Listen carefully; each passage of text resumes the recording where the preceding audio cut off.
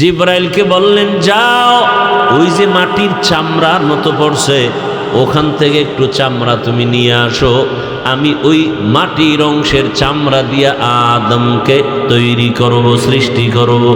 জিব্রাইল আমিন আসলেন, মাটির সাথে অনুমতি চাইল, মাটি দিতে রাজি না, কান্না শুরু করলো। এবার জিব্রাইল আমিন ফেরত চলে গেলেন। আল্লাহ বলেন, মিকাইল যাও, মিকাইল গিয়াও ফেরত। আল্লাহ বলেন, ইসরাফিল যাও, ইসরাফিল আসিয়াও ফেরত। সর্বশেষ আল্লাহ তাআলা বলেন, আজরাইল যাও, ওখান থেকে মাটি নিয়ে আমার হাতে দাও, আমি কুদরতের দ্বারা ওই মাটির চামড়া থেকে আদমকে তৈরি করব। শেষ পর্বে গেলেন আজরাইল, যে কোনো কথাবার্তা নাই, কি এর অনুমতি? হাতটা দিয়া ফেরেশতা নূরের হাতের আঘাতটা যখন দিল, পুরা চামড়াটা হাতের তালুর মধ্যে চলে আসলো। হাতের তালুর মধ্যে যদি এই চামড়া চলে আসে, এবার বুঝেন তাহলে তার হাত আরো কত প্রসারিত। যার হাতের তালু এত বড়, তার পুরা হাত, পুরা বডি কত বড়। বলে পুরা পৃথিবীটা, আজকে এখানে একজন মারা গেল, একই টাইমে আমেরিকায় একজন নাই, লন্ডনে একজন নাই। এক আজরাইল এত মানুষের জান কবজ কেমনে করে? বলে পুরা পৃথিবী আজরাইলের কাছে একটা পানদানের মতো। কার কুদরত? নেন আল্লাহ, নিয়ে আসছি। আল্লাহ তাআলা এবার ওই মাটির চামড়া থেকে আদমকে বানালেন। আদম আদিম শব্দ থেকে মুশতাক, নির্গত। আদিম, চামড়ার আরবি কি? আদিম। মাটির চামড়া থেকে আদমকে আল্লাহ বানাইলেন। বানাইয়া জান্নাতে আল্লাহ দিলেন, ঘুমাও। এমন ঘুম দিছে, আল্লাহ কুদরতের হাত রাখলেন পিঠের উপরে, পিপিলিকার সুরতে কিয়ামত পর্যন্ত আনেওয়ালা সব রূহ গুলো বের করে নিলেন আদম থেকে। আর পাজরের এক হাত থেকে বানাইলেন কাকে? হাওয়া আলাইহিস সালামকে। আম্মাজান হাওয়া আলাইহিস সালাম, হাওয়া হাইয়ুন থেকে হাওয়া, ওয়ায়ের উপরে তাসদীদ। হাইয়ুন মানে কি? জিন্দা ব্যক্তির থেকে হাওয়াকে বানাইছে, এই জন্য হাওয়া বলা। রূপসী বিশ্ব সুন্দরী হাওয়া, একে আল্লাহ বানাইয়া জান্নাতি পোশাক পরায়া দূরে রাখলেন। আদম রে বানাইয়া ফেরেশতার সামনে উপস্থাপন করলেন, আর বললেন, ফেরেশতারা সব মাখলুকতের নাম বলো। ফেরেশতারা বলতে ব্যর্থ হয়ে গেল। ওয়াল্লামা আদম আল আসমাআ কুল্লাহা, আদম নবীকে বললেন, আদম সব মাখলুকতের নাম বলে দিলেন। এইবার ফেরেশতারা নিজেরা বুঝলেন জ্ঞানের বেলায় আমাদের থেকে আদম বড় দামি। এইবার নিজেদের ভুল, আমরা যে মনে করেছিলাম শ্রেষ্ঠ হব, এই ধারণাটা ভুল হয়ে গেল। নিজেরা ভুল স্বীকার করে বলে, সুবহানাকা লা ইলমা লানা ইল্লা মা আল্লামতানা ইন্নাকা আনতাল আলিমুল হাকীম। হে আল্লাহ, আপনি যা শিখাইছেন, এলেম দিছেন, এটাই পারি, এর বাইরে আমাদের কোনো এলেম নাই। আমরা যে বলছিলাম শ্রেষ্ঠ হব, এই ধারণাটা আসলে আমাদের ভুল হয়ে গেছে। আল্লাহর কাছে ভুল না, তারা মনে করছেন কি ভুল। এবার ক্ষমা চাইছেন, আয় আল্লাহ ক্ষমা করে দেন। মুফাসসিরিনে কেরাম লেখেন, এখানে একটা পয়েন্ট, ফেরেশতারা যে ক্ষমা চাইল, ক্ষমা ডাইরেক্ট চায় নাই, একটা ওসিলা পেশ করলো, আমল। কি কি ঘুমাইতেছেন আপনারা? আমল। দেখেন, ফিতনা আমার দেশে এত বেশি, পৃথিবীর কোন রাষ্ট্রে ইসলাম নিয়ে এত ফিতনা নাই। বাংলাদেশে যেই পরিমাণ ফিতনা, নামাজে দাঁড়াবেন হাত বাঁধা নিয়ে ফিতনা, আলহামদু সূরা পড়বেন আমিন নিয়ে ফিতনা, জানাজায় দাঁড়াবেন পেছনে আলহামদু সূরা নিয়ে ফিতনা, কোরবানি আসতেছে, কোরবানির মধ্যে আকিকা ঢুকবে কিনা ফিতনা। এই ফিতনাগুলো ছড়ায় কি হিন্দুরা? ইসলামের ব্যানারওয়ালা মুনাফিকেরা। কি বলে আর এক ফিতনা? ওসিলা দিয়ে দোয়া করা যাবে না, বেদাত। আর আমি আপনাদের সামনে আজ আমি চ্যালেঞ্জ দিয়ে বলে গেলাম, ওসিলা পেশ করে দোয়া করা হলো সুন্নত। ওসিলা দিয়া দোয়া করা কি? কত হাদিস চান আর আয়াত চান যে ওসিলা দিয়া দোয়া করার মতো ঘটনা চান? বহু ঘটনা সহি হাদিসের মধ্যে আছে ওসিলা দিয়া। ওসিলা কি হবে? আমল। কি? একজন অন্ধ সাহাবী আল্লাহর কাছে ওসিলা দিয়া দোয়া করেন, নবীকে বানাইলেন ওসিলা। আল্লাহ তাআলা বলেন, ইয়া আইয়ুহাল্লাযীনা আমানুত্তাকুল্লাহ ওয়াবতাগু ইলাইহিল ওয়াসিলা। ওসিলা দিয়া দোয়া করা যারা বলে বেদাত, এদেরকে আমি বলি এরা আহলে হক না। বাতিল বলবো না, কি বলবো? আহলে হক না। আল্লাহ হেদায়েত দান করুন। ভাইরা আমার, ফেরেশতারা ওসিলা পেশ করলেন কি? এই যে জমিন থেকে আমরা উপরে তাকাই, দর্শনরা বলে এটার নাম পৃথিবী, মধ্যখানে ফাঁকা জায়গার নাম মহাশূন্য, উপরে প্রথম আসমান। রহমতের নবী বলেন, মেরাজের রাতে আমি ঘুরলাম 7 আসমান। আসমানের মধ্যে 2টা দরজা আছে, নূরের তালা লাগানো। প্রত্যেক আসমানে কয় দরজা? 2টা দরওয়াজা, নূরের তালা লাগানো। ভেতরে দারোয়ান আছে। মেরাজের রাতে নবী জিব্রাইল আমিন সফর সঙ্গী চললেন উপরে। প্রথম আসমান থেকে দরজার তালা কইলা অনেক ঘটনা এখানে। নবী 7 আসমান ঘুরলেন। নবী বলেন, আমি 7 আসমানের উপরে গিয়া দেখি সেখানে একটা কাবা আছে, নূরের তৈরি কাবা, ফেরেশতাদের কাবা। নাম হলো বাইতুল মামুর। নাম কি? বাইতুল মামুর, ফেরেশতাদের কাবা। ফেরেশতারা বললেন, ওই কাবা মুহূর্তে মুহূর্তে 70,000 রহমতের ফেরেশতারা কাফেলা হইয়া তাওয়াফ করে। একবার যারা সুযোগ পায়, কিয়ামতের আগে দ্বিতীয় সুযোগ আর তারা পাবে না, এত পরিমাণ ফেরেশতা। সুবহানাল্লাহ। না যেই পরিমাণ বিড়ি টানে আর গালি আর গিবত জবানে, এখানে সুবহানাল্লাহ আসবে কিভাবে? বড় কঠিন হালাত, মরণেরও চিন্তা নাই। কত মানুষ এই রোজার ঈদের সময় মারা গেল না? পানির ভিতরে বাস ডুবিয়া গেল। একটা বাচ্চা সাঁতার কাইটা উপরে আইসা কাঁদে, আমার আম্মু বাসের মধ্যে আটকানো, বাঁচাও। মা আইসা সাঁতার কেটে বলে, আমার বাচ্চা বাসের ভেতরে পানির নিচে আছে, বাচ্চাকে বাঁচাও। দুনিয়ার হালাত বড় কঠিন। চোখের সামনে তাজা তাজা প্রাণ প্রতিদিন চলে যায়। এমন একটা দিন নাই যে বাইকে অ্যাক্সিডেন্টে মানুষ মরে না। বিশেষ করে যুবক যুবতীদের মরণের লাশটাই বেশি। ঘুমের বিছানায় যুবকের লাশ, পানির নিচে যুবকের লাশ, ঘরের বিছানায় যুবকের লাশ। কয়দিন আর যৌবনের বাহাদুরি করবা? ও যুবক, তোমার দাদার দিকে তাকায় দেখো, হাঁটতে পারে না, সেও কিন্তু তোমার মতো একদিন টকটকে যুবক ছিল, ঠিক নি? তুমিও একদিন এই যৌবন হারায় ফেলবা। হারবাল কোম্পানিও এই যৌবন ফেরত দিতে পারবে না। কি? একদিন তুমিও দুর্বল হয়ে কবরের বিছানায় পড়ে যাইবা। ফেরেশতারা বললেন, হে মালিক, ওই বাইতুল মামুর, নূরের কাবা, আমরা যে তাওয়াফ করেছি ওই তাওয়াফের ওসিলায় আমাদের মাফ করে দাও। মনে আছে কথা? খেয়াল করেন কিন্তু ফেরেশতারা গুনাহ কি জিনিস চিনেই না, এরপরও নিজেরা ভুল স্বীকার করতে গিয়া, ক্ষমা চাইতে গিয়া একটা ওসিলা পেশ করলো, কাবার তাওয়াফ, নূরের কাবার। আল্লাহ পাক বলেন, ফেরেশতারা, ও জিবরাইল,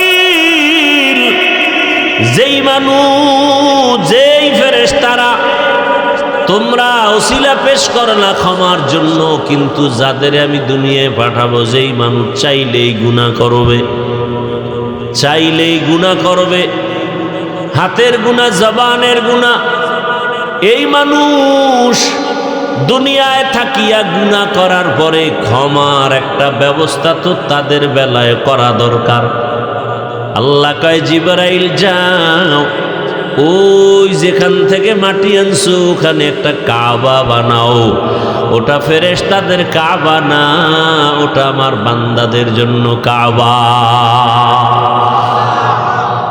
ইন্না আউয়ালা বাইতিন উযিআ লিন-নাস, পৃথিবীর প্রথম ওই ঘর মানুষের কল্যাণের জন্য। জিবরাইল ওই কাবা বানাও। জিবরাইল আমিন এসে ফেরেশতার মাধ্যমে আল্লাহ কাবা বানাইয়া জিবরাইলের সাক্ষী রেখে বললেন, সাক্ষী থাকো আমার বান্দারা পাহাড় সম পরিমাণ গুনাহ নিয়া যদি কাবার পাশে আইসা তাওয়াফ কইরা ক্ষমা চায়, আমি আল্লাহ 1000 বছরের গুনাহ তাওয়াফের বরকতে মাফ করে দিব। আতিনা ফি দারে দুনিয়া না হাসান, আতিনা ফি দারে উকবা না হাসান, ইয়া গিয়াসাল মুস্তাগীসিন ইহদিনা লিফতিখারা বিল উলুমে ওয়াল গিনা। হর গরিদে নেক তু তৈয়ার है जो न मांगे उससे तू बेजार है। আল্লাহ তাআলা কাবা বানায় রাখলেন, ঘোষণাও দিয়ে দিলেন। এবার আদমকে বানাইয়া হাওয়াকে বানাইয়া জান্নাতে রাখলেন। জমিনে এখনো আবাদ হয় নাই। আল্লাহ তাআলা আদম নবীকে দুনিয়ায় পাঠাবার 2000 বছর আগে এই জমিনে বসবাস করেছে। আল্লাহ তাআলার মখলুক হলো জিন জাতিরা। কাবারে মাঝখানে রাইখা ডাইনে বামে চতুর্পার্শ্বে জায়গা বাড়াইতে থাকলো। জমিন বাড়লো, জমিন বাড়লো, জমিন বাড়লো। পানির উপরে, কিন্তু কিসের উপর? এখন নড়াচড়া করে, নড়াচড়া করে, নড়াচড়া করে। নড়াচড়া করলে বান্দা থাকবে কেমনে? বাসিন্দারা থাকবে কিভাবে? আল্লাহ প্যারাক মেরে দিলেন পাহাড় দিয়া। কি দিয়া? আলাম নাজআলিল আরদা মিহাদা ওয়াল জিবালা আওতাদা। পৃথিবী নামক গ্রহটাকে আল্লাহ স্থির করার জন্য প্রথম যেই পাহাড় দিয়া প্যারাক মারলেন, ওই পাহাড়ের নাম জাবালে আবু কুবাইস। পাহাড়ের নাম কি? জাবালে আবু কুবাইস। বাইতুল্লাহর পাশে ওই পাহাড়। আল্লাহ পাহাড় ওটা প্রথম বানাইয়া এরপরে প্যারাক মেরে দিলেন। আদমকে দুনিয়ায় পাঠাবার আগে জমিনটা টেস্ট হলো। ইবনে কাসির রহমাতুল্লাহ আলাইহি বলেন, জমিনে জিনেরা আসার আগেও একদল প্রাণী ছিল, এদের নাম পর্যন্ত তিনি লেখছেন আল হিন আল বিন। এরা জমিনে বিচরণ করত। এরপরে জিনেরা, এরপরে ফেরেশতা, ফাইনাল আল্লাহ তাআলা মানুষ পাঠাবেন। এবার সব কমপ্লিট হয়ে গেল। জমিনে বান্দা থাকার জন্য বাতাসের দরকার, ব্যবস্থা হলো। পানির প্রয়োজন, ব্যবস্থা হলো। সূর্যের আলোর প্রয়োজন, ব্যবস্থা হলো। চাঁদের আলোর প্রয়োজন, ব্যবস্থা হলো। এইবার আল্লাহ আদমরে দুনিয়ায় পাঠাইলেন হাওয়ার সাথে। এর পিছনে অনেক ঘটনা আপনার আগে পিছনে শুনছেন। আদমরে পাঠাইলেন চরণদ্বীপ, ভারতের জমিনে। কোথায়? সারা রাত মোবাইল হাতে নিয়ে জেনা চলে, ঘরে ঘরে জেনা। চোখের জেনা, জবানের জেনা, অন্তরের জেনা, সারা রাত। আল্লাহর লানত। ঘুমের মধ্যে গজব আসার প্রয়োজন ছিল। আখিরি নবীর উম্মত হওয়ার বরকতে আল্লাহ গজব দেন নাই।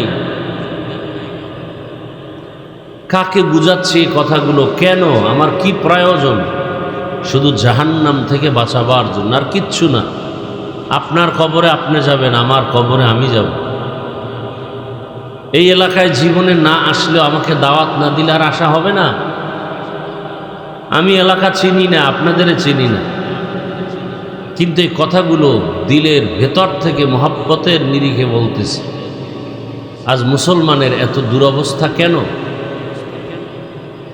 আমি একটা কথা বলি, মনে রাখবেন, পারলে লিখে রাখবেন। সৎভাবে যদি চলেন, গরিব হলেও সমস্ত মাস্তানরা আপনাকে ভয় করবে। একটা কথা মনে রাখবেন, যদি সৎভাবে চলেন, চরিত্র ঠিক রেখে চলেন, যত বড় সন্ত্রাসী মাস্তান হোক আপনার সামনে চোখ উঁচু করে কথা বলতে সাহস পাবেন। আল্লাহর জাতের কসম করে বলছে, আপনি গরিব হলেও বড় লোকেরা আপনার সামনে কথা বলবেন, সাহসী হবেন।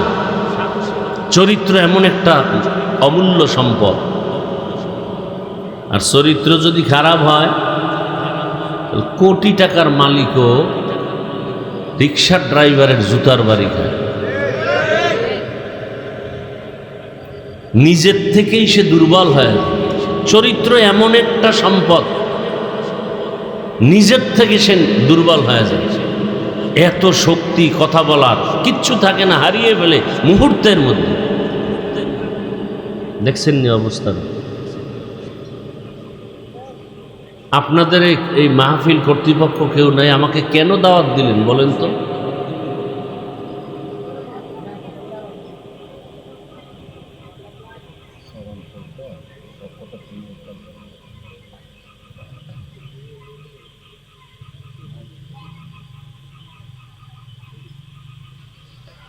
আল্লাহ,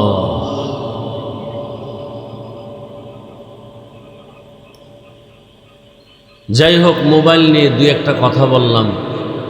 আল্লাহ মোবাইলের গুনাহ থেকে আমাকে হেফাজত করেন, আপনাদেরকেও হেফাজত করেন।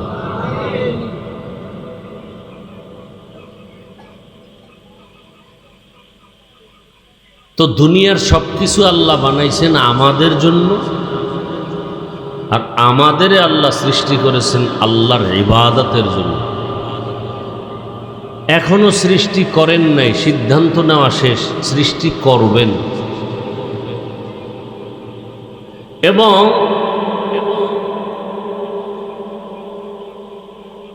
সৃষ্টি করবেন এতটুকু না, এই জাতিকে আল্লাহ পাক গোটা সৃষ্টি জগতের মধ্যে শ্রেষ্ঠ মর্যাদা দান করবেন। এ সিদ্ধান্ত হয়ে গেছে, এখনো সে জাতি সৃষ্টি হয় নাই।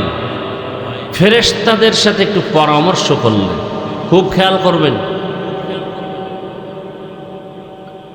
আল্লাহ বললেন, ইন্নী জাইলুম ফিল আরদি খলিফা, আমি জমিনে খলিফা পাঠাবো। খলিফা মানে যারা জামা কাপড় সেলাই করে, তারা রাজনীতির নেতা। একটা হলো মূর্খতার ধারণা, আর একটা হলো অতি চালাকের ধারণা।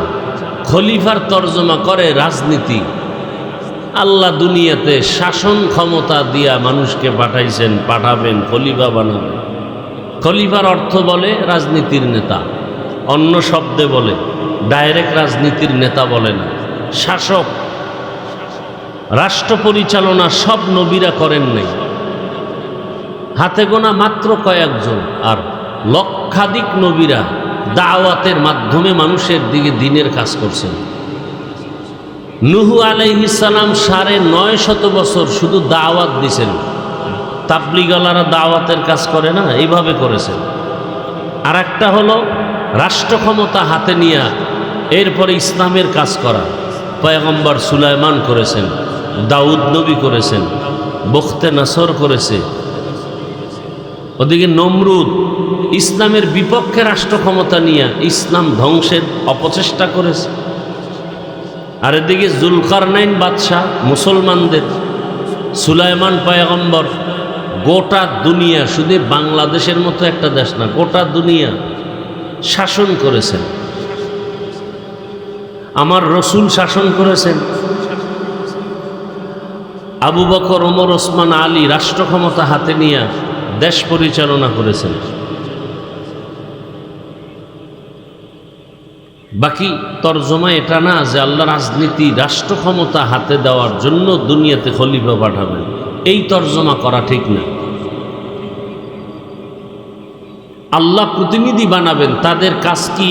বান্দার সাথে আল্লাহর সম্পর্ক গভীর করে দেওয়া। সেটা দাওয়াতের মাধ্যমে হোক, সিয়াসাতের মাধ্যমে হোক, তাসকিয়ার লাইনে হোক, বিভিন্ন লাইন আছে। তো ফেরেশতাদের সামনে এই প্রস্তাবটা দিলেন, খুব খেয়াল করবেন। এই দেখবেন আপনি ডানে তাকাইতেছেন, বামে তাকাইতেছেন, ফট করে মোনাজাত হয়ে গেছে। ভাববেন কি ওয়াজ করলো, কিছুই তো খবর নেই। মোবাইল নিয়ে আসেন এক গজবে বইরা, কপাল খারাপ। 24 ঘন্টা মোবাইল চালান, 1 ঘন্টার জন্য আল্লাহ বেহেশতের বাগানে নিয়ে আসছেন, এই টাইমটাও মোবাইল থেকে আপনি দূরে থাকতে পারেন। আপনার কপাল কত খারাপ যে 1টা ঘন্টা মোবাইল থেকে একটু দূরে থাকবেন, তা পারতেছেন না। মানে শয়তান এখানেও আপনাকে ওয়াসওয়াসা দিতেছে। অথচ আপনি চাইলে বয়ানটা ভালো করে শুনে, যদি আপনার বয়ানটা রেকর্ড রাখতে মনে চায়, মিডিয়াওয়ালাদের থেকে আপনি ফজরের পরে নিয়ে নিতে পারবেন। কি পারবেন না? বুদ্ধি থাকলে আর বুদ্ধি দিতে হয় না। এতটুকু বুদ্ধি যাদের নাই, এরা কচু গাছ খোঁজা দরকার। এদের মাথা নষ্ট, বুদ্ধির বও নাই, অথচ নিজের দাবি করে অনেক বুদ্ধিমান। আমার বলা আমি বলে যাব, যেদিন মরে যাব সেদিন বলা শেষ হয়ে যাবে। এত আলেম ওয়াজ করলো, কেউ মোবাইল নিয়ে এত কয় না, আপনি বলেন কেন? তা ফলাফল কি বলে? হুজুর বাদ, মোবাইল বাদ দেওয়া যাবে, বক্তা বাদ দাও, মোবাইল বাদ দেওয়া যাবে না, মা বাবা বাদ দাও, মোবাইল বাদ দেওয়া যাবে না। আজকে অপকর্ম আমার দেশে যা হয়, 75% অপকর্ম মোবাইলের কারণে হয়। আরো বেশি বললে বলা যায়, আমি এতটুকু বললাম। মোবাইল তাজা তাজা প্রাণ কেড়ে নিচ্ছে এই মোবাইল। আকাশচুম্বী সম্মানওয়ালা বাবার সম্মান ধুলায় মিশিয়ে যাচ্ছে এই মোবাইল। এই মোবাইলের কারণে সন্তান এমন অপরাধ করে, মা বাবা লজ্জায় মুখ দেখাতে পারে না এলাকায় মানুষের সামনে। এই মোবাইলকে কেন্দ্র করে লেখাপড়া ধ্বংস, চাকরি শেষ, সরকারের টাকা খায় চোরের মতো। ডিউটি 8 ঘন্টা করে, 5 ঘন্টা 2 ঘন্টা আড্ডা মারে। কি আছে না নাই? সত্য কথাটা বলে গেলাম। আমরা আপনাদের যদি সতর্কমূলক না বলি, কে বলব? বলার আলেমও এখন কমে যাইতেছে। টাকার লোভে হক কথা বন্ধ, ক্ষমতার চেয়ার পাবে তলে তলে, এই জন্য হক কথা বন্ধ। আছে না নাই? হ্যাঁ, বহু আলেম এখন কথা বলতে চায় না, বরং আমি বলি কেন আমাকে অনেকে ধমক দেয়। আমি বলি স্কুল ছাড়বা না, কলেজ ছাড়বা না, ডাক্তার হও, ইঞ্জিনিয়ার হও, প্রফেসর হও। ডাইরেক্ট কাগজ দিছে, আপনি এই বয়ান কেন করেন? আপনি বয়ান করবেন স্কুলে তালা দিয়া, সব মাদ্রাসায় যাও।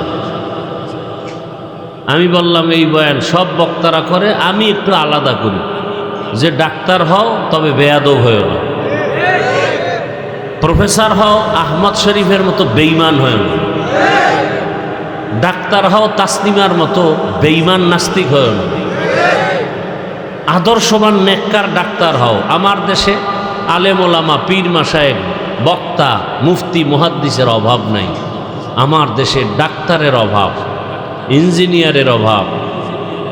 বাচ্চা হসপিটালে নিছে, নর্মাল ডেলিভারি হবে, এটাকে সিজারে নিতে হবে। শুধু বিষয় কি? টাকা বেশি। এমন ভয় দেখাবে মহিলাকে, যেই ভয়ে ওদিকে বাবারও ঘুম নাই, মহিলারও ঘুম নাই, সিজার করা ছাড়া উপায়ও নাই। আল্লাহ, এ কথা বলারও মানুষ নাই, শোনারও মানুষ নাই, বিরোধিতা করার মতো বেয়াদবের অভাব নেই। আল্লাহ হেদায়েত দান করুন। ফেরেশতাদের সাথে পরামর্শ করলেন, আমি জাতি বানাতে চাই এবং তারা হবে সৃষ্টিজাত জগতের শ্রেষ্ঠ। এইবার ফেরেশতারা বললেন, আল্লাহ, যেই জাতির আপনি বানাবেন এরা হবে সৃষ্টির শ্রেষ্ঠ, এদের আদর্শ কেমন হবে? আল্লাহ ভিন্ন আয়াতে বললেন والشمس وضحاها والقمر إذا تلاها والنهار إذا جلاها والليل إذا يغشاها والسماء وما بناها والأرض وما طحاها ونفس وما سواها فألهمها فجورها وتقواها در قیامت ای زمین در نیک و بد کہ زنا دیدہ گواہی হাত। অনেকগুলো জিনিসের শপথ করে আল্লাহ বললেন যেই মানব জাতি বানাবো এরা হবে সৃষ্টির শ্রেষ্ঠ। এদের আদর্শ কেমন? এরা চাইলেই গুনাহ করবে, নেক আমল করতে পারবে। ফাআলহামাহা ফুজুরাহা ওয়া তাকওয়াহা। এবার ফেরেশতারা কি বললেন? নাহনু নুসাব্বিহু বিহামদিকা ওয়া নুকদ্দিসু লাক। হে মালিক, আপনার প্রশংসার ইবাদতের জন্য, গুণগানের জন্য আমরা ফেরেশতাই যথেষ্ট। এটা বললেন ডাইরেক্ট। আর মনে রাখলেন আর এক প্রশ্ন, শ্রেষ্ঠ পাপীরা হবে কেন? আমরা নেকওয়ালারাই তো শ্রেষ্ঠ হওয়ার যোগ্য। আল্লাহ কি জবাব দিলেন? ইন্নী আ'লামু মা লা তা'লামুন।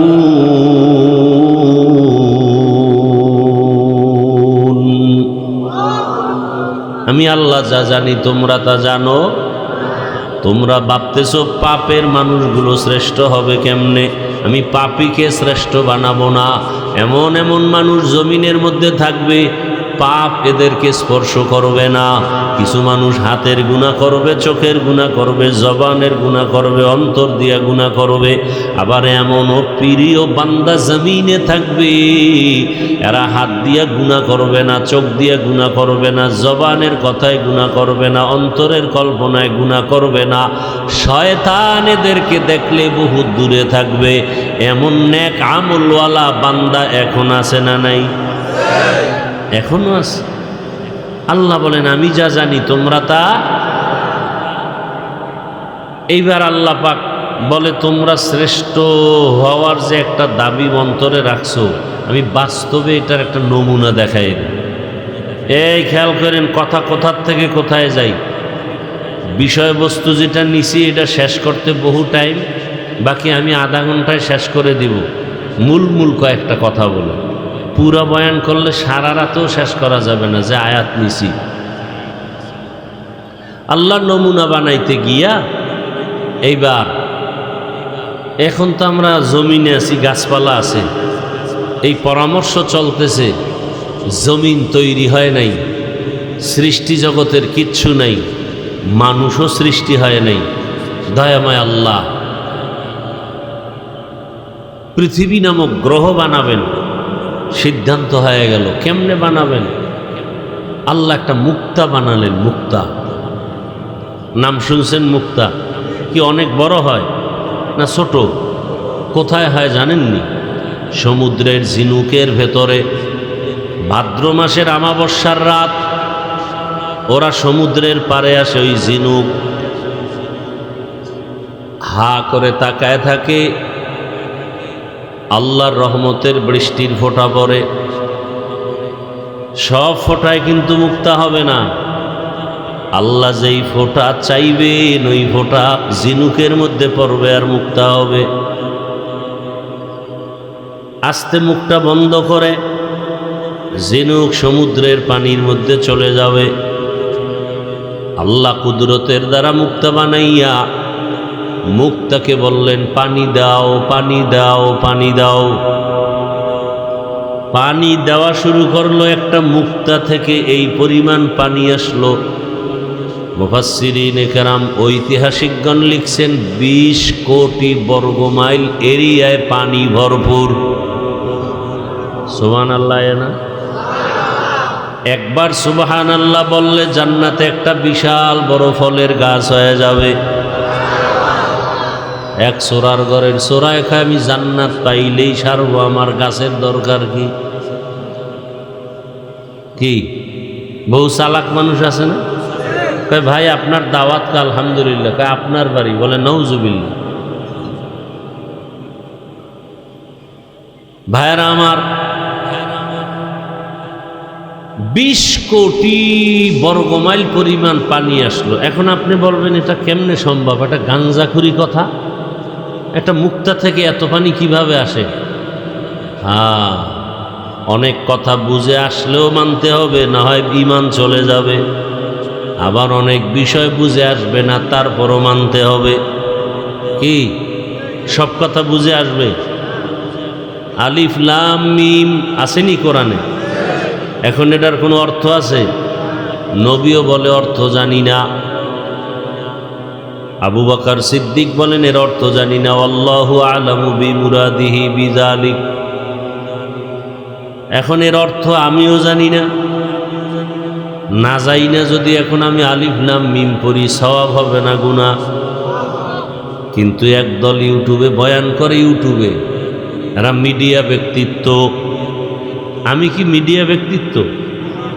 আমি মিয়া ছাত্র জীবনে সেই 2000 সাল থেকেই ধরেন, এর আগে টুকটাক বয়ান করি, 2000 সাল থেকে বয়ান করি। আমি মাওলানার সার্টিফিকেটের শেষ করছি 2004-এ, মাওলানা হয়ে বের হয়েছি মাদ্রাসা থেকে।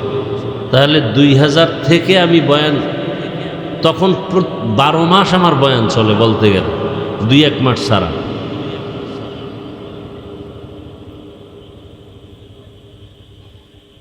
কি কথার উপরে টানলাম কথাটা? হ্যাঁ, এখন এই যে আলিফ লাম মিমের অনেকে ইউটিউবের বক্তা যারা মিডিয়া ব্যক্তিত্ব, এরা কি বয়ান করে? কোরআনের অর্থ যদি না জানো পড়িয়া লাভ নাই। এখন এগুলি যে বলে, আমি সহজ কথায় বয়ান করি, তো বিস্তারিত প্যাসের কথা কম বলি। যারা বলে কোরআন না বুঝিয়া কোরআনের অর্থ না বুঝে পড়লে লাভ নাই, এরা আহলে হক না। এরা আহলে হক। এখন এরা কি, ওটা আমার বলার দরকার নেই। এতটুকু আপনারা জানেন এরা কি না? আহলে হক না। এরা উম্মতকে কোরআন থেকে, এবার রসুল কি বলে? এই মিডিয়ার ব্যক্তিত্বের বয়ান শুনবো না রসুলেরটা আগে শুনবো? قال النبي صلى الله عليه وآله وسلم من قرأ حرفا من كتاب الله। আল্লাহর রসুল বলেন যে একটা অক্ষর কোরআনের উচ্চারণ করবে, ফালাহু হাসানা ওয়াল হাসানাতু বিআশরি আমসালিহা। নবী বলেন লা আকুলু আলিফ লাম মিম হারফুন ওয়ালাকিন আলিফুন হারফুন ওয়া লামুন হারফুন ওয়া মিমুন হারফুন। এই কি হেদায়েত হয়ে গেছে মনে হয় না? তাহলে মোনাজাত দিলেই পারি। অনেকের হেদায়েত হয়ে যায় বয়ান শুরু হওয়ার আগেই। বাইরে গিয়ে দেখবেন বিড়ি টানতেছে হোমানে 2 হাত দিয়া। এরকম বেয়াকল আছে না নাই? দুনিয়াতে যদি কোনো ফাও আকাম থাকে, এটার বিড়ি টানা হইল একটা ফাও আকাম। দাড়ি কাটা আকাম না কাম? আকাম। কিন্তু এটার মধ্যে একটা লাভ আছে। দাড়ি কাটলে যৌবনের একটা ভাব থাকে আলাদা, কিন্তু বিড়ি টানলে লাভ কি? এটা কম। চেহারা সুন্দর হয়, পুরো বান্ধব। ঠোঁটগুলো গোলাপের পাপড়ির মতো লাল না কালো? ওদের ঠোঁট যেমন কালো, ওদের কলিজা আরো বেশি কালো। কোম্পানি লেখছে ধূমপানে 20 পান। বাঙালি তো কয় 20-এ আমগো ধরে না, এটা খামু। 20-এও ধরে না। একজনে 20 খাইছে মরবে। 20 খাওয়ার পরে একটু হালকা মাথা ঘুরেছে, কয় 20-এর ভিতরেও ভেজাল। ভেজাল মাপার মেশিন আছে, এয়ারপোর্টে চুরি হয়ে গেছে। আমগো দেশ তো চোরের দেশ। খালি চুরিটা যদি বন্ধ হয়, খোদার কসম 1 বছরে ঠিকই এই দেশটা সোনার দেশ হবে। খালি চুরিটা বন্ধ হইল। এত ছোটখাটো চুরি না, পুরো দেশটারে বিক্রি করার চুরি। এক একটা খাত বিক্রি করার চুরি। বিদ্যুৎ খাতে কি পরিমাণ চুরি দেখছেন? এই যে রাস্তায় তেল নাই, সেদিন ওয়াজে যামু, এই তেল দেবা নাই, লজ বাদ। ঢাকায় পিডাপিডি কিলাকিলি ম্যানেজারের মাইরেই ফেলাইছে পিডাইয়া। আচ্ছা, নতুনভাবে কি এই ইরান থেকে তেল আসছে? এখন গেল কই এই কিলাকিলি? এই সিন্ডিকেট কেন? এই ক্ষমতাটা আমারে যদি দেয়, এক সপ্তাহ টাইট করে ফেলাইতাম। কারণ আমরা তো চুরি করার অভ্যাস নাই। আমগো ওই যে গ্রামে কয় না, যারা দিয়ে ভূত সারামু এরেই ভূতে পায়। তো চোর দিয়ে কোনোদিন চোর শায়েস্তা করা যায় না। ভালো মানুষ দরকার। কি মানুষ? ভালো মানুষ। এই ভোটের আগের রাইতে যারা টাকা খাইছেন, কি পরিমাণ খাইছেন! পীরের মুরিদেও খাইছে, তাবলিগলায়ও খাইছে। যারা খাইছে ওরাও জালেম, যারা খাওয়াইছে ওরাও জালেম। এরা সবগুলো 2 নাম্বার। তো 2 নাম্বার দিয়ে কি 1 নাম্বার মাল আইব নাকি? কথা বলেন না কেন? আমার কথা রাগ করেন? করলেও বলবো, বলেই যাব মৃত্যু পর্যন্ত। আমরা বলবো না তো আপনাদেরকে এই গুনাহ থেকে বাঁচাবার জন্য কে বলবে? আমরা না বললে?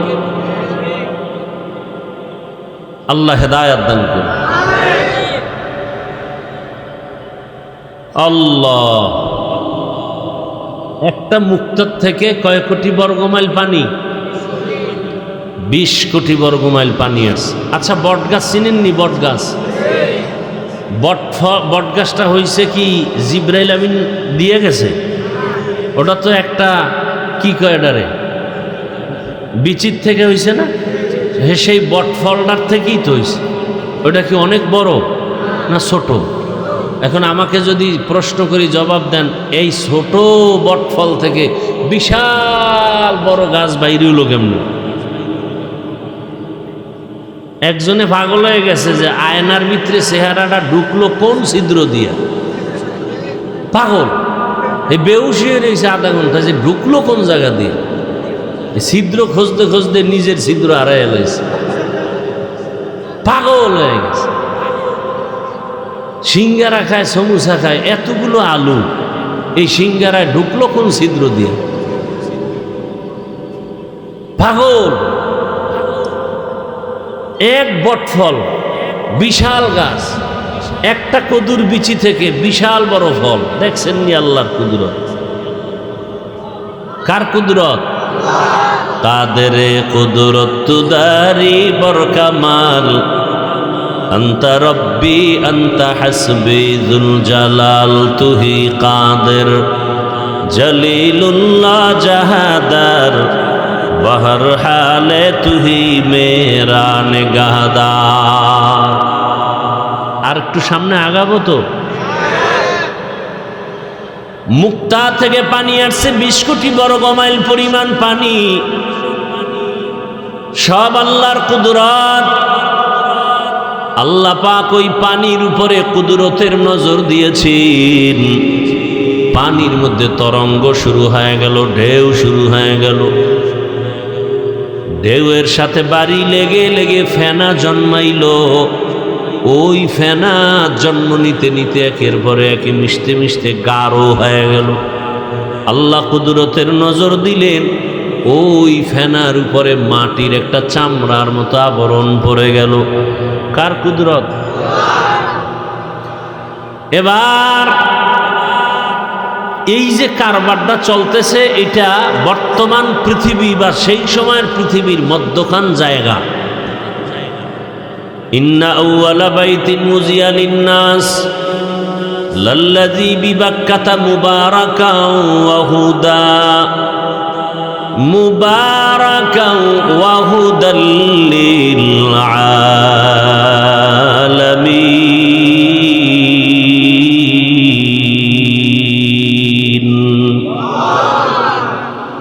বাক্কা নগরীতে আল্লাহ ঘর বানাইলেন মানুষের কল্যাণের জন্য। মোবারক বরকতপূর্ণ ঘর, হেদায়েতের ঘর। এখনো বানান নাই।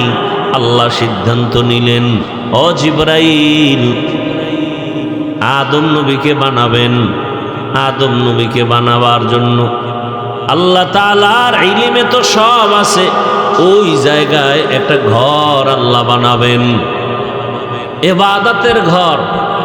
নাম হবে বাইতুল্লাহ।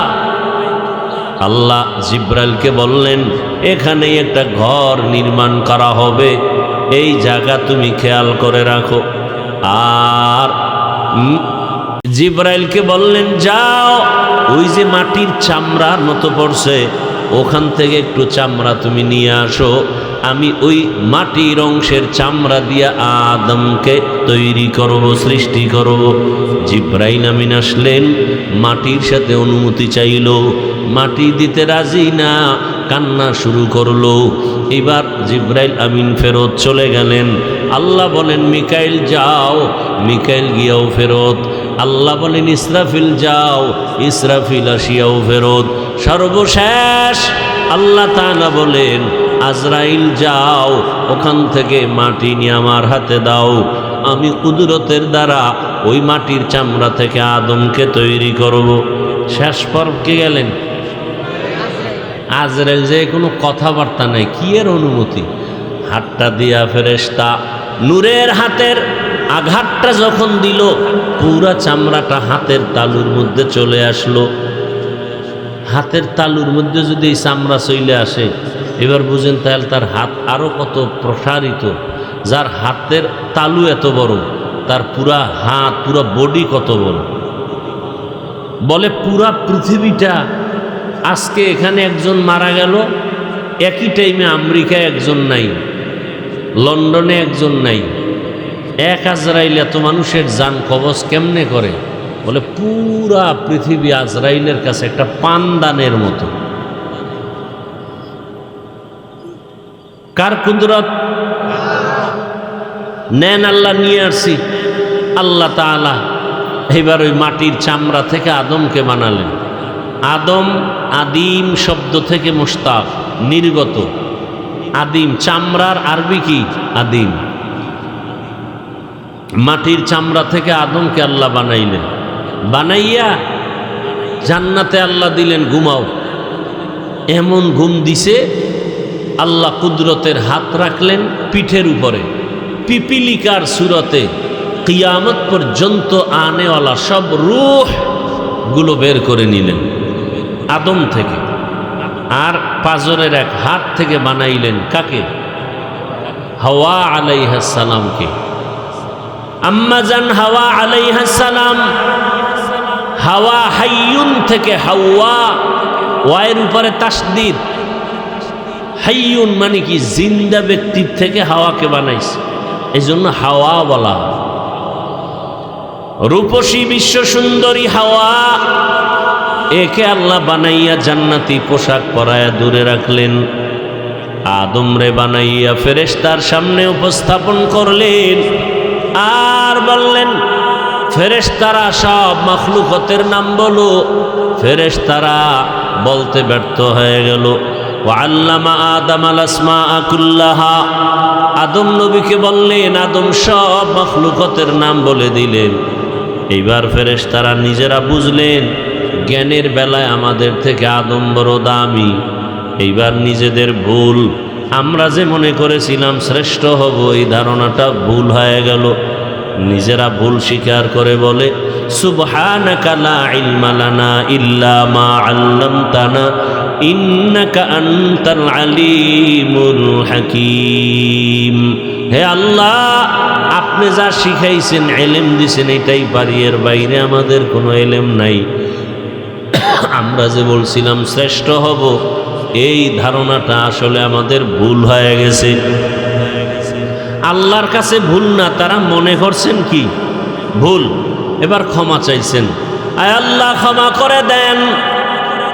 মুফাসসিরিনে কেরাম লেখেন, এখানে একটা পয়েন্ট, ফেরেশতারা যে ক্ষমা চাইল, ক্ষমা ডাইরেক্ট চায় নাই, একটা ওসিলা পেশ করলো, আমল। কি কি ঘুমাইতেছেন আপনারা? আমল। দেখেন, ফিতনা আমার দেশে এত বেশি, পৃথিবীর কোন রাষ্ট্রে ইসলাম নিয়ে এত ফিতনা নাই। বাংলাদেশে যেই পরিমাণ ফিতনা, নামাজে দাঁড়াবেন হাত বাঁধা নিয়ে ফিতনা, আলহামদু সূরা পড়বেন আমিন নিয়ে ফিতনা, জানাজায় দাঁড়াবেন পেছনে আলহামদু সূরা নিয়ে ফিতনা, কোরবানি আসতেছে, কোরবানির মধ্যে আকিকা ঢুকবে কিনা ফিতনা, এই ফিতনাগুলো ছড়ায় কি হিন্দুরা? ইসলামের ব্যানারওয়ালা মুনাফিকেরা। কি বলে আর এক ফিতনা? ওসিলা দিয়ে দোয়া করা যাবে না, বেদাত। আর আমি আপনাদের সামনে আজ আমি চ্যালেঞ্জ দিয়ে বলে গেলাম, ওসিলা পেশ করে দোয়া করা হলো সুন্নত। ওসিলা দিয়া দোয়া করা কি? কত হাদিস চান আর আয়াত চান যে ওসিলা দিয়া দোয়া করার মতো ঘটনা চান? বহু ঘটনা সহি হাদিসের মধ্যে আছে ওসিলা দিয়া। ওসিলা কি হবে? আমল। কি? একজন অন্ধ সাহাবী আল্লাহর কাছে ওসিলা দিয়া দোয়া করেন, নবীকে বানাইলেন ওসিলা। আল্লাহ তাআলা বলেন, ইয়া আইয়ুহাল্লাযীনা আমানুত্তাকুল্লাহ ওয়াবতাগু ইলাইহিল ওয়াসিলা। ওসিলা দিয়া দোয়া করা যারা বলে বেদাত, এদেরকে আমি বলি এরা আহলে হক না। বাতিল বলবো না, কি বলবো? আহলে হক না। আল্লাহ হেদায়েত দান করুন। ভাইরা আমার, ফেরেশতারা ওসিলা পেশ করলেন কি? এই যে জমিন থেকে আমরা উপরে তাকাই, দর্শনরা বলে এটার নাম পৃথিবী, মধ্যখানে ফাঁকা জায়গার নাম মহাশূন্য, উপরে প্রথম আসমান। রহমতের নবী বলেন, মেরাজের রাতে আমি ঘুরলাম 7 আসমান। আসমানের মধ্যে 2টা দরজা আছে, নূরের তালা লাগানো। প্রত্যেক আসমানে কয় দরজা? 2টা দরওয়াজা, নূরের তালা লাগানো। ভেতরে দারোয়ান আছে। মেরাজের রাতে নবী জিব্রাইল আমিন সফর সঙ্গী চললেন উপরে।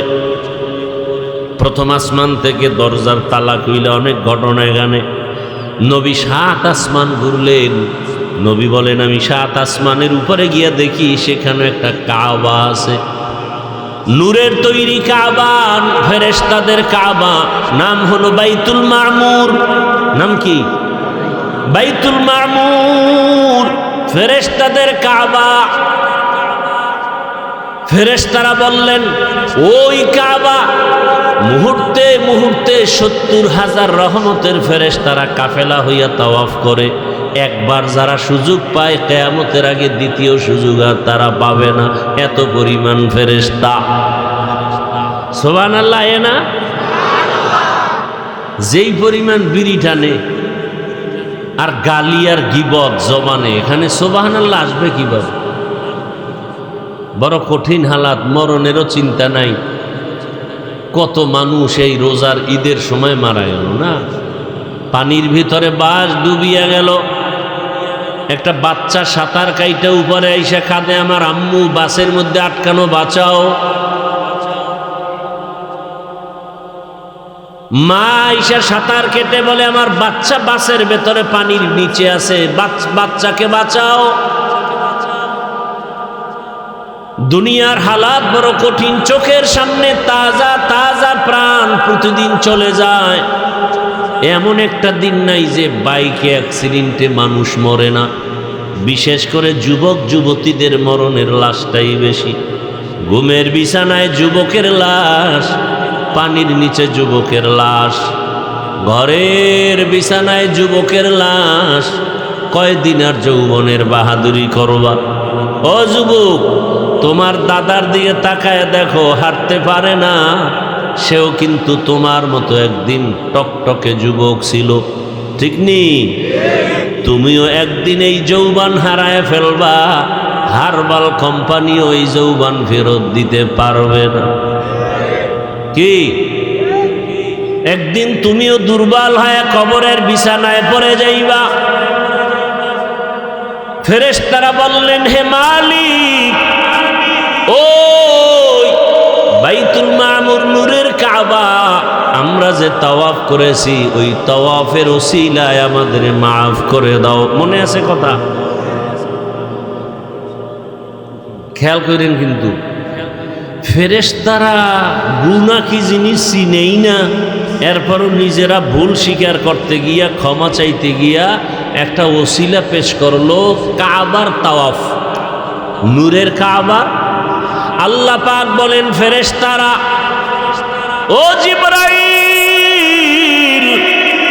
যেই মানুষ, যেই ফেরেশতারা তোমরা ওসিলা পেশ করো না ক্ষমার জন্য, কিন্তু যাদের আমি দুনিয়ায় পাঠাবো যেই মানুষ চাইলেই গুনাহ করবে, চাইলেই গুনাহ করবে, হাতের গুনাহ, জবানের গুনাহ, এই মানুষ দুনিয়ায় থাকিয়া গুনাহ করার পরে ক্ষমার একটা ব্যবস্থা তো তাদের বেলায় করা দরকার।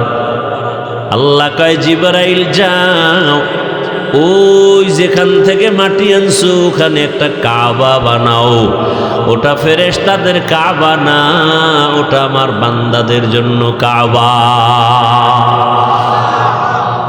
ইন্না আউয়ালা বাইতিন উযিআ লিন-নাস, পৃথিবীর প্রথম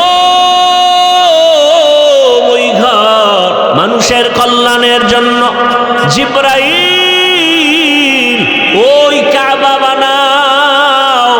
জিবরাইল আমিন এসে ফেরেশতার মাধ্যমে আল্লাহ কাবা বানাইয়া জিবরাইলের সাক্ষী রেখে বললেন, সাক্ষী থাকো আমার বান্দারা পাহাড় সম পরিমাণ গুনাহ নিয়া যদি কাবার পাশে আইসা তাওয়াফ কইরা ক্ষমা চায়, আমি আল্লাহ 1000 বছরের গুনাহ তাওয়াফের বরকতে মাফ করে দিব।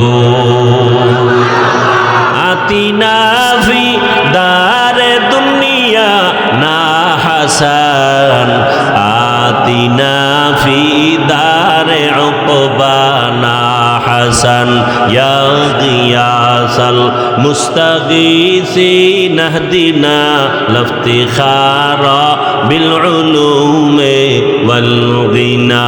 হর গরিদে নেক তু তৈয়ার है जो न मांगे उससे तू बेजार है। পায় আল্লাহ তাআলা কাবা বানায় রাখলেন, ঘোষণাও দিয়া দিলেন। এবার আদমকে বানাইয়া হাওয়াকে বানাইয়া জান্নাতে রাখলেন। জমিনে এখনো আবাদ হয় নাই। আল্লাহ তাআলা আদম নবীকে দুনিয়ায় পাঠাবার 2000 বছর আগে এই জমিনে বসবাস করেছে। আল্লাহ তাআলার মখলুক হলো জিন জাতিরা। কাবারে মাঝখানে রাইখা ডাইনে বামে চতুর্পার্শ্বে জায়গা বাড়াইতে থাকলো। জমিন বাড়লো, জমিন বাড়লো, জমিন বাড়লো। পানির উপরে, কিন্তু কিসের উপর? এখন নড়াচড়া করে, নড়াচড়া করে, নড়াচড়া করে। নড়াচড়া করলে বান্দা থাকবে কেমনে? বাসিন্দারা থাকবে কিভাবে? আল্লাহ প্যারাক মেরে দিলেন পাহাড় দিয়া। কি দিয়া? আলাম নাজআলিল আরদা মিহাদা ওয়াল জিবালা আওতাদা। পৃথিবী নামক গ্রহটাকে আল্লাহ স্থির করার জন্য প্রথম যেই পাহাড় দিয়া প্যারাক মারলেন, ওই পাহাড়ের নাম জাবালে আবু কুবাইস। পাহাড়ের নাম কি? জাবালে আবু কুবাইস। বাইতুল্লাহর পাশে ওই পাহাড়। আল্লাহ পাহাড় ওটা প্রথম বানাইয়া এরপরে প্যারাক মেরে দিলেন। আদমকে দুনিয়ায় পাঠাবার আগে জমিনটা টেস্ট হলো। ইবনে কাসির রহমাতুল্লাহ আলাইহি বলেন, জমিনে জিনেরা আসার আগেও একদল প্রাণী ছিল, এদের নাম পর্যন্ত তিনি লেখছেন আল হিন আল বিন। এরা জমিনে বিচরণ করত। এরপরে জিনেরা, এরপরে ফেরেশতা। ফাইনাল আল্লাহ তাআলা মানুষ পাঠাবেন। এবার সব কমপ্লিট হয়ে গেল। জমিনে বান্দা থাকার জন্য বাতাসের দরকার, ব্যবস্থা হলো। পানির প্রয়োজন, ব্যবস্থা হলো। সূর্যের আলোর প্রয়োজন, ব্যবস্থা হলো। চাঁদের আলোর প্রয়োজন, ব্যবস্থা হলো। এইবার আল্লাহ আদমরে দুনিয়ায় পাঠাইলেন হাওয়ার সাথে। এর পিছনে অনেক ঘটনা আপনার আগে পিছনে শুনছেন। আদমরে পাঠাইলেন চরণদ্বীপ, ভারতের জমিনে। কোথায়? কোথায়? এটা কি নতুন শুনছেন? আর হাওয়াকে পাঠাইছেন কোথায়? জিদ্দা, আরবে। আদম আলাইহিস সালাম চরণদ্বীপ জমিনে আসছে।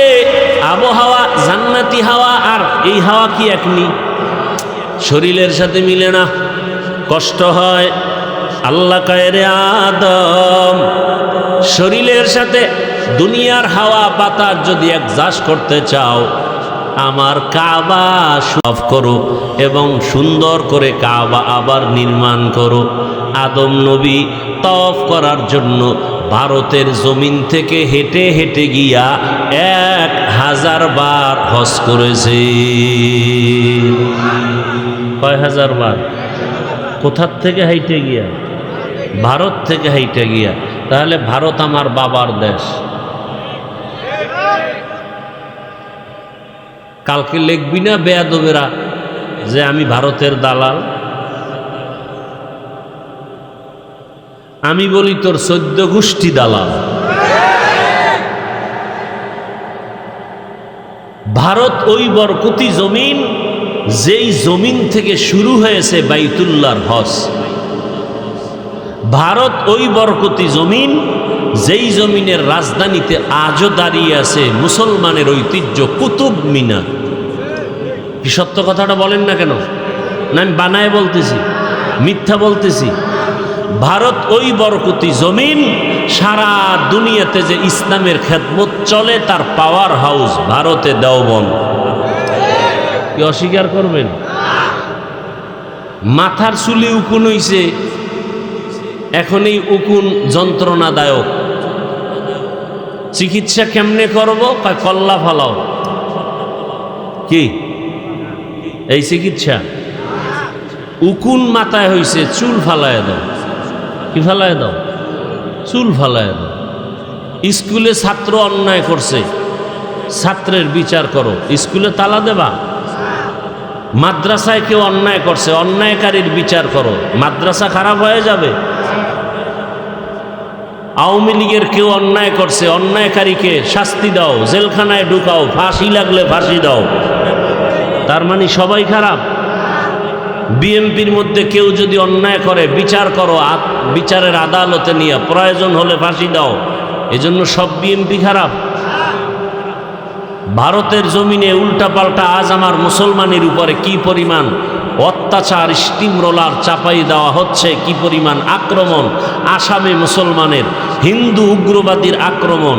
এখান থেকে মুসলমানকে বাঁচাও, আন্দোলন করো। তার মানে ভারতের এই ঐতিহ্য কি আমাদের যেটা আছে এটা খারাপ? কি দেওবন্দ খারাপ? ভারত খারাপ মানে দেওবন্দ খারাপ? কি আজীব কারবার! বুঝারও চেষ্টা করেন। এই বয়ান সেদিন এক জায়গায় করছি, এক দলের চান্দি পুরো গরম, আজও পর্যন্ত গরম, এগো ঘুমই নেই। বয়ান করছি আমি, খাইয়া লইয়া আর আমি ঘুমাইছি, আর অগো ঘুম নেই আমার চিন্তায়। কেমন বেয়াদব চিন্তা করে! মা বাবার অভিশপ্ত বেয়াদব সন্তান ছাড়া আলেমের বিরোধিতা করতে পারে না। এতক্ষণ পর দয়া হইল একটু, না?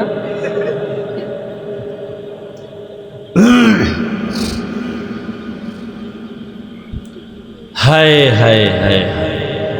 আদম আলাইহিস সালাম ভারত থেকে বাইতুল্লাহ গিয়া হজ করছেন কতবার? যুবকেরা লিখে রাখো, প্রয়োজনে গুগলে দেখো। আমারে তুমি শুধু শুধু মন্তব্য খারাপ করো কেন?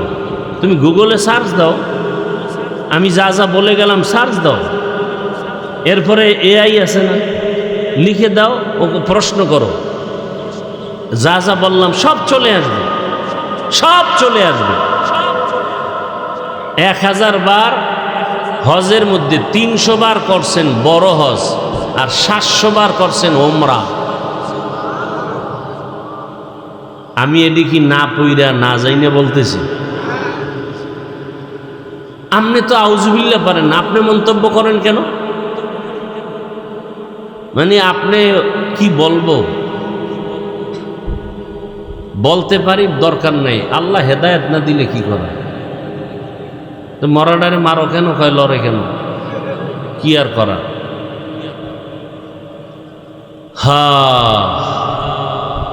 পয়গম্বর আদম বাইতুল্লাহর তাওয়াফ করলেন, পরিবেশ তার অনুকূলে হয়ে গেল। বাইতুল্লাহর দূরে আরাফার ময়দান, আম্মাজান হাওয়ার সাথে মোলাকাত হয়ে গেল। দুইজনকে আল্লাহ অর্ডার করলেন, সংসার চালু করে দাও। সংসার চালু করবে। আল্লাহ আস্তে আস্তে সব ব্যবস্থা করে দিলেন। তরকারি লাগবে, আল্লাহ ব্যবস্থা করলেন। এখন আগুন লাগবে পাক করতে, কি আদমকে আল্লাহ আগুন না থাকলে কেমনে করুম, এটি গরম করতে হইব না। এবার আল্লাহকে জিবরাইল আগুন লয়ে যাও, এমন আগুন লয়ে আইছে যে তরকারি তো দূরের কথা, ওর পাতিল মাতিল পুইরা কিচ্ছু নাই। ও আল্লাহ আগুন দিলে এই আগুন। আল্লাহ বলেন জিবরাইল আগুনটা সমুদ্রে গিয়া 3 বার চুবানি দাও। 3 চুবানিতে 3000 বছরের তাপ কমে গেছে। আরো আস্তে করে বলেন। এইবার বাকি আদমকে আগুন দাও, আদমের যা লাগবে এর বাকি আগুনটা পাহাড়ে পাথরে ফেলে দাও। এই জন্য পাহাড়ের পাথরের মধ্যে আগুন আছে, পানির মধ্যে আগুন আছে, আমাগো কাছেও আগুন আছে। পানিতে আগুন আছে না, পাথরে আছে না, আছে। আদম নবী সংসার শুরু করলেন। 2 জন আম্মাজান হাওয়া সহ বছরে বছরে 2 জন সন্তান আল্লাহ দান করলেন। 1 জন ছেলে 1 জন মেয়ে। আগের বছরের ছেলে পরের বছরের মেয়ের সাথে বিয়া, আগের বছরের মেয়ে পরের বছরের ছেলের সাথে বিয়া। কার মাইয়া আর কার হোলা?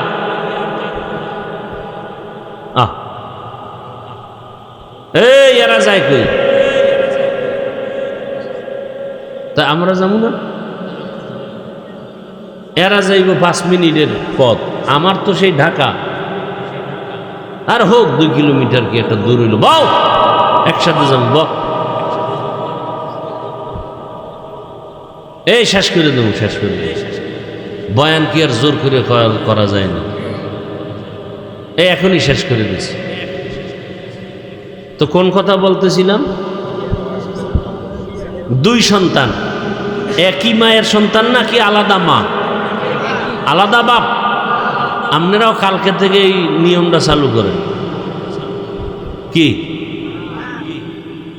দুনিয়ার আকাম চলতেছে, বিবাহ চলবে না, বাল্য বিবাহ নিষেধ। কথা কি চলবে? আকাম চালাও, বিবাহ চলবে না।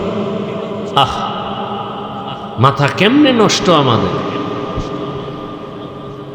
অথচ আম্মাজান আয়েশা রাদিয়াল্লাহু আনহার সাথে নবীজির বিবাহ হলো আম্মাজানের 6 বছর বয়সে। 9 বছর যখন আম্মাজানের বয়স, তখন আম্মাজান আয়েশা আমার রসুলের ঘরে গেলেন। আর আম্মাজানের 18 বছর যখন বয়স, তখন নবী দুনিয়া থেকে চলে গেলেন। আর আমগো বোনের 18 বছরে তো বিয়েই হয় না। কেন? বাল্য বিবাহ নিষেধ, বাল্য বিবাহ চলবে না, আকাম চলবে। কি? বাল্য বিবাহ চলবে না, আকাম চলবে।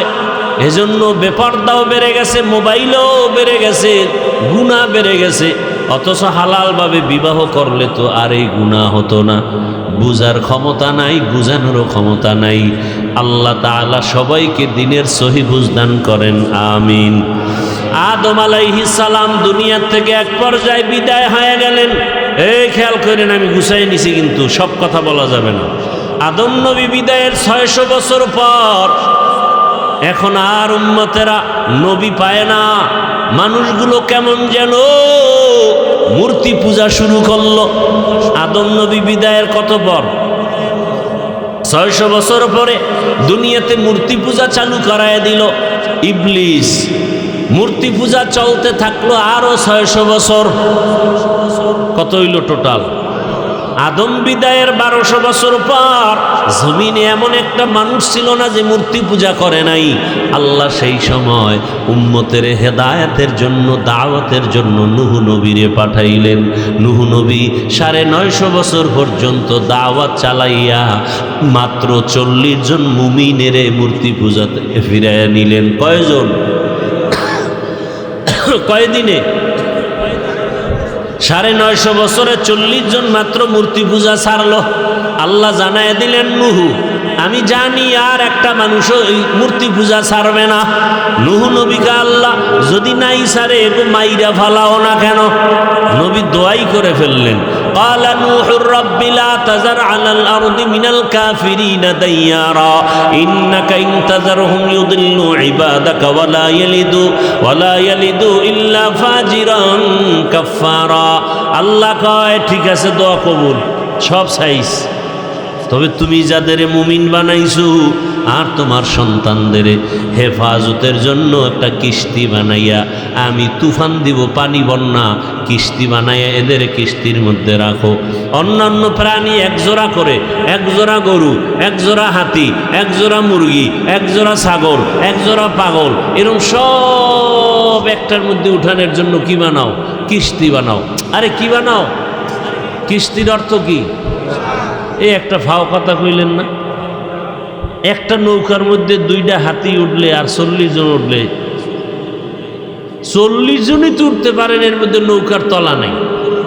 গায়ে খারাপ খারাপ পড়বে পড়বে, এর মধ্যে পইরা 2টা হইয়া পড়ছে পানির মধ্যে। কথা ঠিক না? তাহলে 40 জন মানুষ, একজোড়া হাতি, একজোড়া গরু, একজোড়া ছাগল, এরকম যদি সব লয়, এই জন্য কি একটা নৌকা হবে? কি লাগবে? জাহাজ। এই নৌকা ঢুকে গেছে রক্তে রক্তে, মনে করছে আওয়ামী লীগেরও নৌকা, নূহ নবীরও নৌকা। কি ওটা নৌকা না জাহাজ? জাহাজ, বিশাল এক জাহাজ বানাইলেন। এবার তুফানে স্টার্ট হয়ে গেল, তুফানে সব সাফ, এমন সাফ হইছে বাইতুল্লাহও নাই,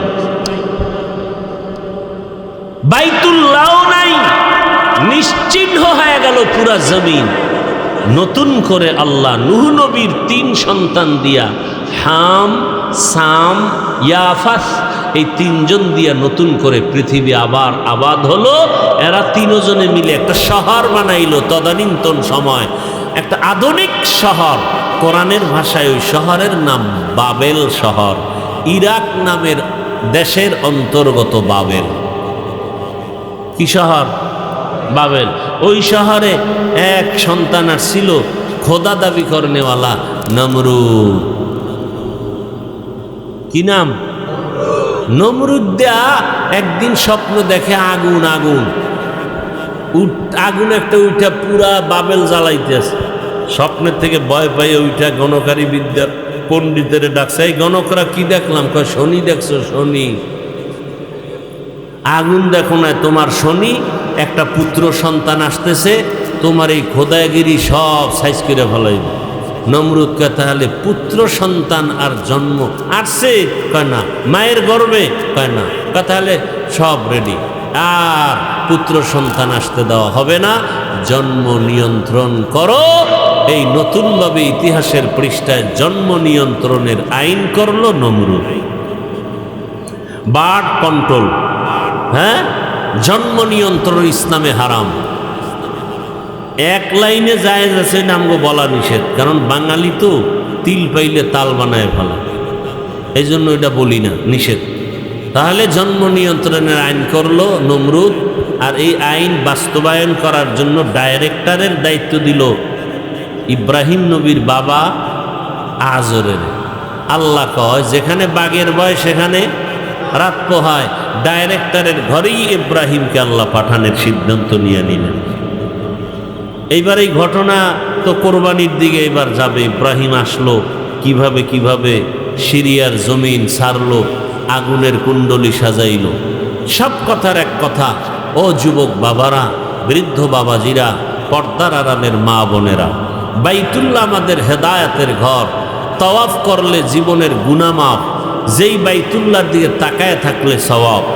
ওই বাইতুল্লাহ জিয়ারতের জন্য কি অন্তর চায়? কি চায়?